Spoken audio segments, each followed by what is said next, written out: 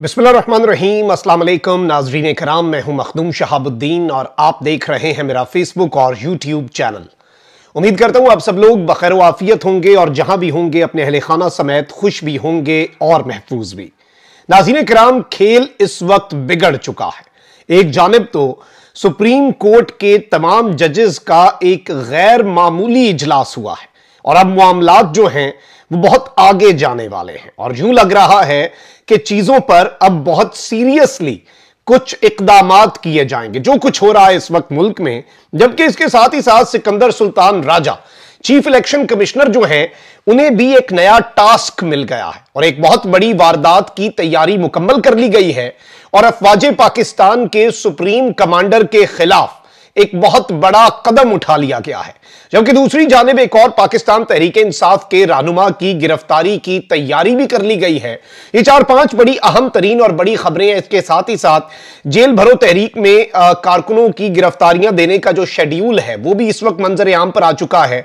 Doctor Yasmin Rashid साहिबा जो है उनकी एक ऑडियो भी मंजर आम पर आई है और ये सब कुछ इस वक्त बहुत तेजी से हो रहा है। ये सब कुछ क्यों हो रहा है, डॉट्स जब आप कनेक्ट करेंगे तो आपको सारा मामला समझ आ जाएगा। सबसे पहले मैं आपको यह बता दूं कि साबिक वजीर आजम इमरान खान के जेल भरो तहरीक के ऐलान के बाद कारकुनों के गिरफ्तारियां देने का शेड्यूल सामने आ गया है। जेल भरो तहरीक का आगाज लाहौर से बुध को होगा। पेशावर से कारकुन जुमेरात को गिरफ्तारियां देंगे। रावलपिंडी के कारकुन जुम्मे और मुल्तान के कारकुन हफ्ते और गुजरांवाला के कारकुन इतवार को गिरफ्तारियां देंगे। गोदा से पीर और साहिवाल से मंगल के रोज गिरफ्तारियां दी जाएंगी। लेकिन जेल भरो तहरीक में पहले गिरफ्तारी कौन देगा, कारकुन, लीडर या इमरान खान? यह प्लान अभी पाकिस्तान तहरीक इंसाफ ने पब्लिक नहीं किया। और जमान पार्क में इमरान खान साहब से साबिक वजीर आला पंजाब परवेज इलाही की मुलाकात भी हुई। मुलाकात में सियासी सूरत हाल, जेल भरो तहरीक और आम इंतखाबात के उमूर पर तबादला ख्याल हुआ और जो अदलिया मुखालिफ मुहिम इस वक्त चल रही है उसकी मजम्मत भी की गई। और इस सब के अंदर मैं आपको यह बता दूं कि परवेज इलाही साहब ने यह बात वाज़ेह की कि मुस्लिम लीग नून अपनी रिवायत के मुताबिक अदलिया पर हमलावर है। लाहौर हाईकोर्ट के फैसले पर भी अमल नहीं किया जा रहा। हुक्मरान इत्तेहाद इमरान खान से खौफजदा है। इलेक्शन कमिश्नर और गवर्नर याद रखें, आईन शिकनी पर आईन ही उनके खिलाफ अपना रास्ता लेगा। और इस सब के अंदर इमरान खान साहब ने भी यह कहा कि हुक्मरान आईन को मान रहे हैं, ना अदालती फैसले तस्लीम कर रहे हैं। पीटीआई की क़यादत और कारकुनों के खिलाफ झूठे मुकदमात दर्ज किए जा रहे हैं। ना अहल हुक्मरान टोला इलेक्शन से खौफजदा होकर इंतकामी कार्रवाइयों पर उतर आया। और आप देखें कि रोजाना की बुनियाद पर ऑडियोज लीक की जा रही हैं और अब पाकिस्तान तहरीक इंसाफ की रहनुमा डॉक्टर यास्मीन राशिद और साबिक सीसीपीओ लाहौर गुलाम महमूद डोगर की नई ऑडियो मंजर आम पर लाई गई है।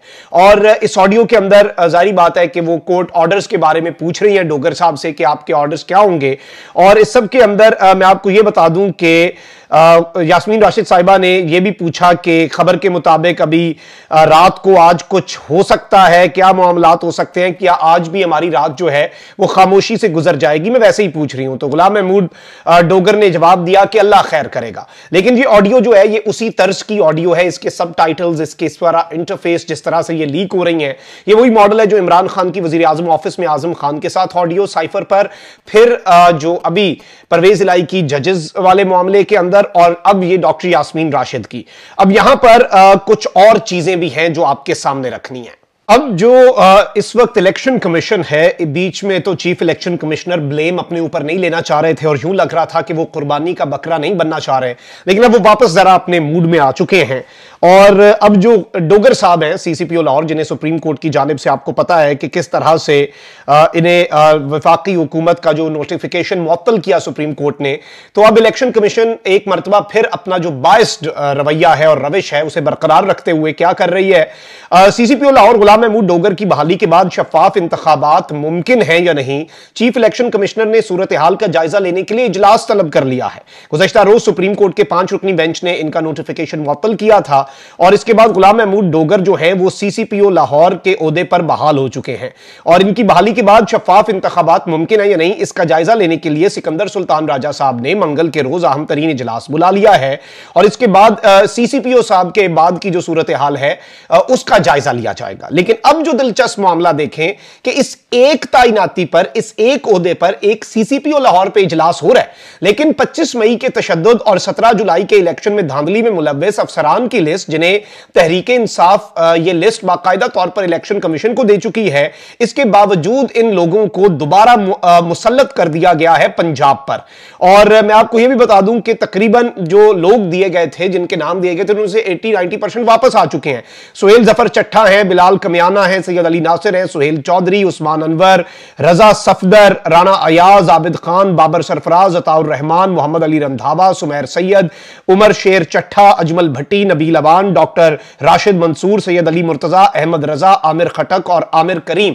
ये नाम पाकिस्तान तहरीक इंसाफ ने एक मरतबा फिर जारी किए हैं कि 16 नामों के ऊपर कोई मसला नहीं, वो दोबारा मुसल्लत हो गए, लेकिन एक नाम के ऊपर इलेक्शन कमीशन जो है वो एक पूरा इजलास बुला रहा है। वहीं दूसरी जानिब इलेक्शन कमीशन ने जो सुप्रीम कमांडर हैं आर्म्ड फोर्सेस के, उनके हवाले से एक उनका जो खत था, इससे पहले सदर मुमलिकत ने एक खत लिखा, उसका जवाब देना गवारा नहीं किया। अब सदर मुमलिकत ने बुलाया कि जनाबे वाला आए, इलेक्शन की मुशावरत करें।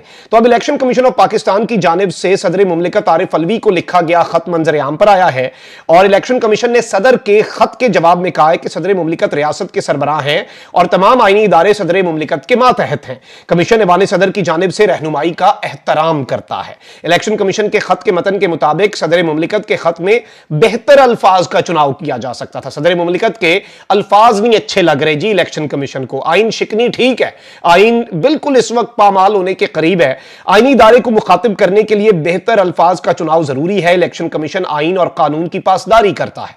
कमीशन के खत में कहा गया है कि इलेक्शन की तारीख का ऐलान करना सदर मुमलिकत और गवर्नर्स का इख्तियारात है।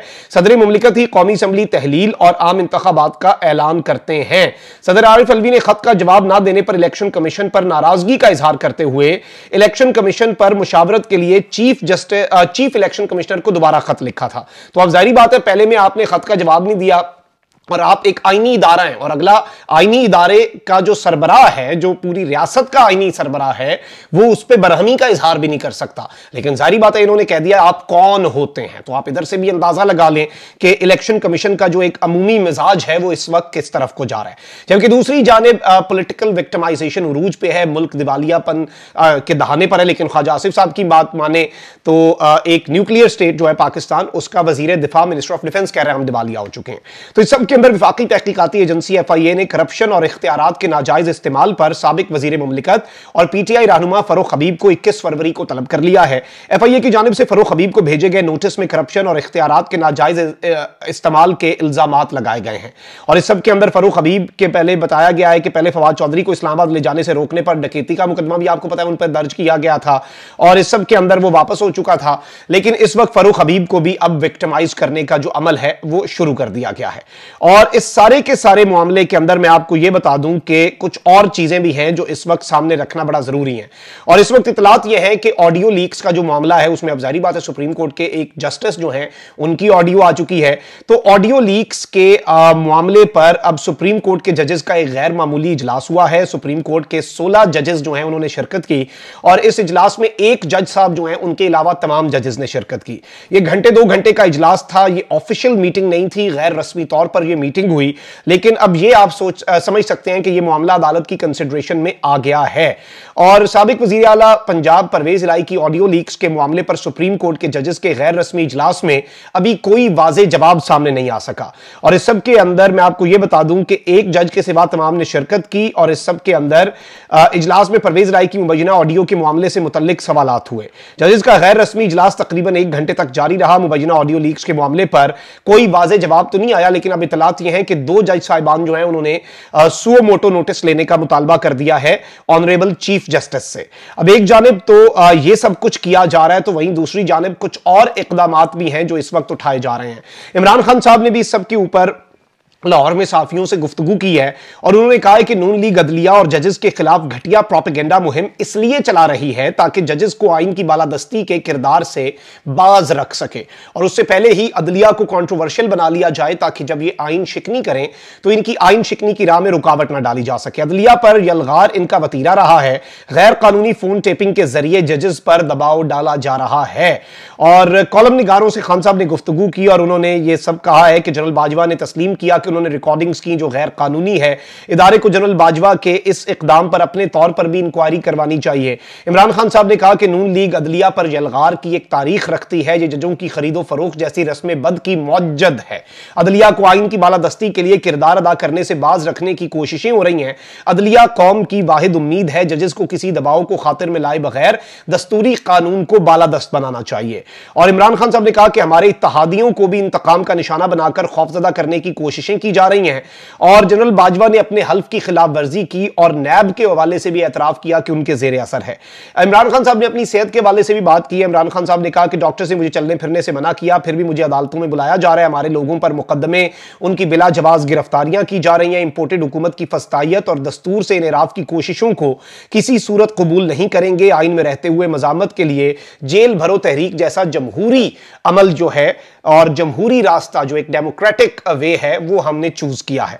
अब यहां पर खान साहब ने जो अदलिया के हवाले से बातें की हैं, और मैं समझता हूं कि इस वक्त अदलिया पर जो अटैक्स हो रहे हैं और जो इस वक्त अदलिया के हवाले से चीजें हो रही हैं और अदालतों के ऊपर हमलावर हो रहे हैं, इसमें अब अदलिया का किरदार बहुत ज्यादा है। मैं ये कहता हूं कि चलें ठीक है, मान लिया आप वैसे ये एस्टैब्लिश करने में नाकाम रहे। डॉक्टर यास्मीन राशिद वैसे अदालत जा रही हैं अपनी ऑडियो लीक पर के, जारी बात है ये बेसिक जो एक आपको राइट्स देता है constitution as a citizen of the country, उसकी भी वायलेशन है। ये कौन कर रहा है? सुप्रीम कोर्ट के पास नादिर मौका है। चले हम ये एस्टैब्लिश कर लेते हैं, मैं बार बार ये बात कर रहा हूं, मान लेते हैं उनकी बात, ऑल्दो ये एस्टैब्लिश हो नहीं सका, लेकिन मान लेते हैं कि जजेस के साथ परवेज इलाही का गठजोड़, पीटीआई का गठजोड़ हो गया। आप जज साहब जो हैं उनमें भी निशाने इबरत बनवा दें, आप यही चाहते हैं। नवाज शरीफ साहब ने भी अभी यही कहा है, मुतालबा यही है। लेकिन इस सब के अंदर सुप्रीम कोर्ट अगर इस मामले को खोलता है तो मैं समझता हूं कि ये इनके वापस गले पड़ेगा, क्योंकि इसमें फिर सुप्रीम कोर्ट ऑफ पाकिस्तान के ऊपर ये पूरी कौम जो है उनसे ये एक्सपेक्ट करेगी कि ऑनरेबल सुप्रीम कोर्ट जो है वो इस चीज की भी तहकीकात करे कि ये ऑडियो लीक्स हो क्यों रही हैं और अदलिया को कौन प्रेशराइज कर रहा है और इमरान खान की ऑडियो लीक्स कौन करता है, कौन है जो ऑडियो वीडियोस का ये कारोबार शुरू किए हुए हैं। जिस तरह से ये इमरान खान पे आर्टिकल 6 लगाने का हामिद मीर ने खबर दी है कि सदर पर, इमरान खान पर और कासिम सूरी पर आर्टिकल 6 लगाना है, तो उस सब के अंदर भी मैं ये समझता हूं कि ये मामला भी इनके गले पड़ेगा। आर्टिकल 6 लगाएंगे, मामला अदालत में जाएगा, तो उनका जो इकदाम है वो गैर आईनी तो तब होगा कि अगर जो उन्होंने जिस बेस पर वो रूलिंग दी, उन्होंने कहा कि ये तो पाकिस्तान में मुदाखलत हुई है और मुदाखलत की बेस पे हम ये रूलिंग दे रहे हैं, तो फिर पहले उस चीज के ऊपर अदालत को इंक्वायरी करनी पड़ेगी कि वो रीजंस जो कासिम सूरी ने दी, क्या वो रीजंस ठीक थी या नहीं, कि उनका जो ये पूरा डिसीजन था वो गुड फेथ में था या नहीं। चलें डिसीजन तो ओवरटर्न हो गया, तो ये सारी चीजें अगर तो पाकिस्तान में आइन और कानून के मुताबिक मामला चलते हैं, चीजें इस हिसाब से चलती हैं कि लीगली और कानून के मुताबिक चलें, तो मैं जाती तौर पर यह समझता हूं कि ये पूरे के पूरे मामले में ये सब कुछ इनके अपने गले पड़ेगा। और खान साहब ने भी जो स्टेटमेंट्स दिए हैं, खान साहब ने भी लोहा गर्म देख के वार कर दिया है,